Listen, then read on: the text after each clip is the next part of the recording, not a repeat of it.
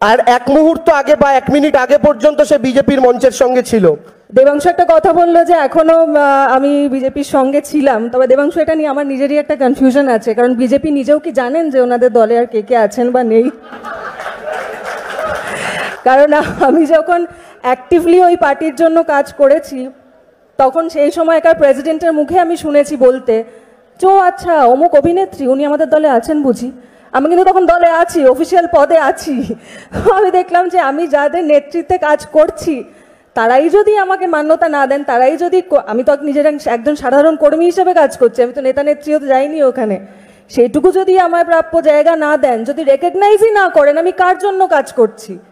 আমি এমন কারণ নেতৃত্বে কাজ করতে চাই যেখানে আমি কাজ করতে পারবো, যেখানে আমার কাজ করার সুযোগটা দেওয়া হবে, যেখানে আমার নেতা বা নেত্রী আমাকে রেকগনাইজ করবেন, আমাকে চিনবেন এবং বলবেন যে হ্যাঁ ইনি একজন সিনসিয়ার কর্মী দলের। বিজেপির এখনও সেই কনফিউশন দূর হতে অনেক অনেক সময় লাগবে এবং আমার মনে হয় না বিজেপি গরিব মানুষের টাকার জন্য লড়াই করে তাদের টাকা এনে দিতে পারবেন, কারণ তারা অন্য অনেক অনেক ইস্যু নিয়ে ব্যস্ত। প্রথমত তারা ব্যস্ত কারা তাদের দলের হয়ে কাজ করেন সেটা ডিসাইড করতে, সেটা রেকগনাইজ করতে, তারপরে তারা ব্যস্ত তারা কার বিজেপি, বাংলার বিজেপি কার নেতৃত্বে তারা কাজ করবেন, দিলীপ বাবুর, শুভেন্দু বাবুর না সুকান্ত বাবুর। ওনারা এই কনফিউশনটা দূর করুক, ততক্ষণে প্যারালালি যে দল সত্যি সত্যি গরিব মানুষের জন্য 20 লাখ গরিব মানুষের কাজের টাকা আটকে রেখেছে তাদের জন্য যারা লড়াই করছেন সেই দল তৃণমূল কংগ্রেস, মমতা বন্দ্যোপাধ্যায়, অভিষেক বন্দ্যোপাধ্যায়, আমি চুজ করব তাদের আন্ডারে তাদের হয়ে কাজ করা যদি তারা আমাকে সুযোগ দেন। কারণ একমাত্র টিএমসি সেই দল যারা পারবেন গরিব মানুষের টাকা উদ্ধার করে এনে দিতে।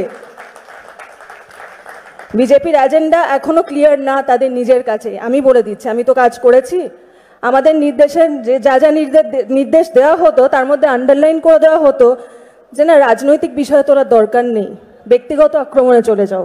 মমতা বন্দ্যোপাধ্যায়কে, অভিষেক বন্দ্যোপাধ্যায়কে, আরও যারা শীর্ষ নেতৃত্ব আছেন, ব্যক্তিগত আক্রমণ করো না। এইটা কোনো পার্টির পলিটিক্যাল লাইন হতে পারে না আমি মনে করি। দিনের পর দিন আমাদের মতো কর্মীদের দিয়ে এইসব কথা বলানো হয়েছে যেগুলো একটা পয়েন্টের পর আমার মতো আরো অনেকেই সহ্য করতে পারেননি, মানতে পারেননি, চলে এসেছেন। এইটা যদি বিজেপির পার্সোনাল অ্যাটাক যদি বিজেপির এজেন্ডা না হয়ে থাকে তাহলে কেন বলুন তো পঞ্চায়েত নির্বাচনের ফল যেদিন বেরোলো তার পরের দিনই অভিষেক ব্যানার্জির সামনে এসে গেল, ধূপগুড়ির ফলের পরের দিন অভিষেক ব্যানার্জির সামনে এসে গেল, দিল্লির ধর্নার পর কেন? ওনাদের ভাষায় বলছি, মুদ্রা, ওনাদের হিন্দি ভাষা না বললে তো ওনারা বোঝেন না, মুদ্রা থেকে স্পটলাইটটা ঘোরানোর জন্য না। বাংলার মানুষ অত বোকা নয়, বাংলার অনেক মানুষ বিজেপির হয়ে কাজ করতে গেছিলেন কিন্তু তারা বোকা নয়, তারা অমানুষ নয়, তারা মানুষ।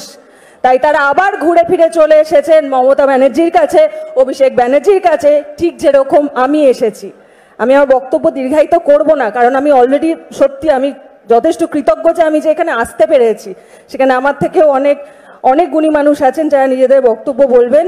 আমি শুধু এইটুকুই বলতে চাই, আপনারা প্রত্যেকে যদি আমাকে পারমিশন দেন, অভিষেক ব্যানার্জি, মমতা ব্যানার্জি, শীর্ষ নেতৃত্ব যদি আমাকে পারমিশন দেন, এই লড়াইয়ে কাঁধে কাঁধ মিলিয়ে আজ থেকে আমি আপনাদের সঙ্গে আছি।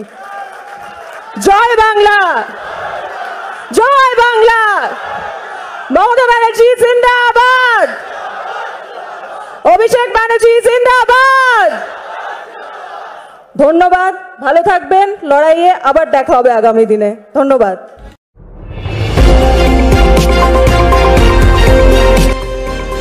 আমার বাংলা, সঙ্গে থাকুন, সঙ্গে রাখুন। আমার বাংলা।